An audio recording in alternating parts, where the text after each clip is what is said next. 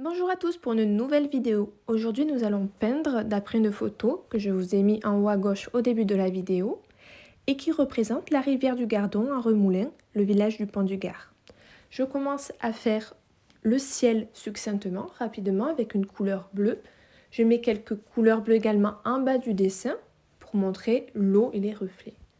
Je rajoute un bleu plus soutenu, à peu près au même endroit que la première couleur, et j'estompe rapidement.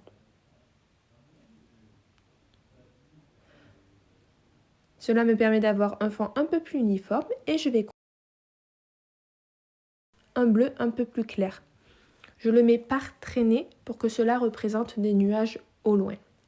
Je passe le doigt dessus en estompant très légèrement pour uniformiser. Je continue une fois de plus à prendre une couleur encore plus soutenue pour montrer un peu plus d'effet dans le ciel. Je ne recouvre pas, je mets juste à certains endroits pour qu'à l'œil nu, on ait l'impression qu'il y ait des différences dans le ciel.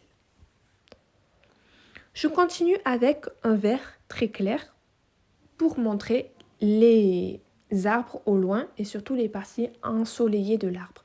Je frotte très doucement par certains endroits et je continue avec un vert beaucoup plus foncé.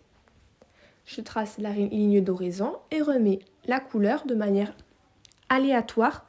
Je frotte juste pour que cela reste vaporeux. Pas besoin de recouvrir, c'est juste frotter avec son pastel. Je continue avec un autre vert. Pour faire des arbres qui soient réalistes, il vous suffit de superposer plusieurs verts à côté, légèrement un par-dessus l'autre.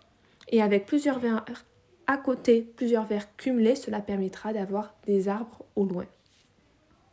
Je continue avec un vert foncé un peu plus kaki pour donner un effet réaliste. Et je vais prendre à ce moment-là un vert légèrement jaune. Donc à mon sens, c'est une bonne manière de montrer les lumières et les effets de lumière dans l'arbre. Ce n'est pas de prendre une couleur verte plus claire, mais de prendre une couleur verte un peu plus jaune pour que la différence se voie mieux. Je continue à faire les reflets dans l'eau. Donc je passe à la seconde partie du dessin. Je commence toujours par le haut du dessin pour ne pas salir ce que je fais en bas. Je continue avec les verts pour faire une uniformité dans le dessin. Donc je dessine avec du vert kaki et je frotte très légèrement pour montrer les reflets de l'eau. Je prends mon bleu pour continuer et montrer les rainures dans l'eau. Pour montrer les reflets, les petites vagues dans l'eau, je vais mettre des traînées de bleu sur un fond un peu plus vert, puisque nous savons que dans l'eau, nous voyons surtout la couleur qu'il y a dessous, s'il y a un peu de mousse ou un peu d'air par-dessous, ou si l'arbre se reflète dans l'eau, on va avoir plutôt une couleur verte. Donc je fais en vert et je rajoute des vagues et des traînées bleues pour faire une eau réaliste. Je continue et pour continuer à faire ces reflets de l'eau, faire l'eau dans le même dessin, je vais utiliser principalement toujours les mêmes couleurs. Les couleurs que j'ai utilisées pour le ciel et les arbres, je les réutilise pour former l'eau.